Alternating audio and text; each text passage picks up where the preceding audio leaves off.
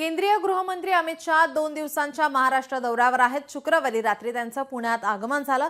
त्यानंतर ते आज सकाळी राजमाता जिजाऊ यांच्या समाधीचं दर्शन घेऊन रायगड किल्ल्याला भेट देणार आहेत। त्यानंतर ते मुंबईतील कार्यक्रमाला हजेरी लावतील। या सर्व दौऱ्यामध्ये ते सुनील तटकरे यांच्या घरी स्नेहभोजनासाठी जाणार आहेत।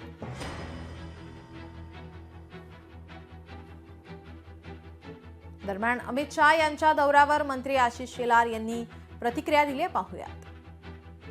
केंद्रीय मंत्री अमित शहाजी या ठिकाणी राजमाता जिजाऊ हिंदवी स्वराज्य संस्थापक छत्रपती शिवाजी महाराज यांना अभिवादन करण्यासाठी आज इथे येत आहेत। त्यानिमित्ताने गडावरच्या एका कार्यक्रमामध्येही ते सहभागी होत आहेत।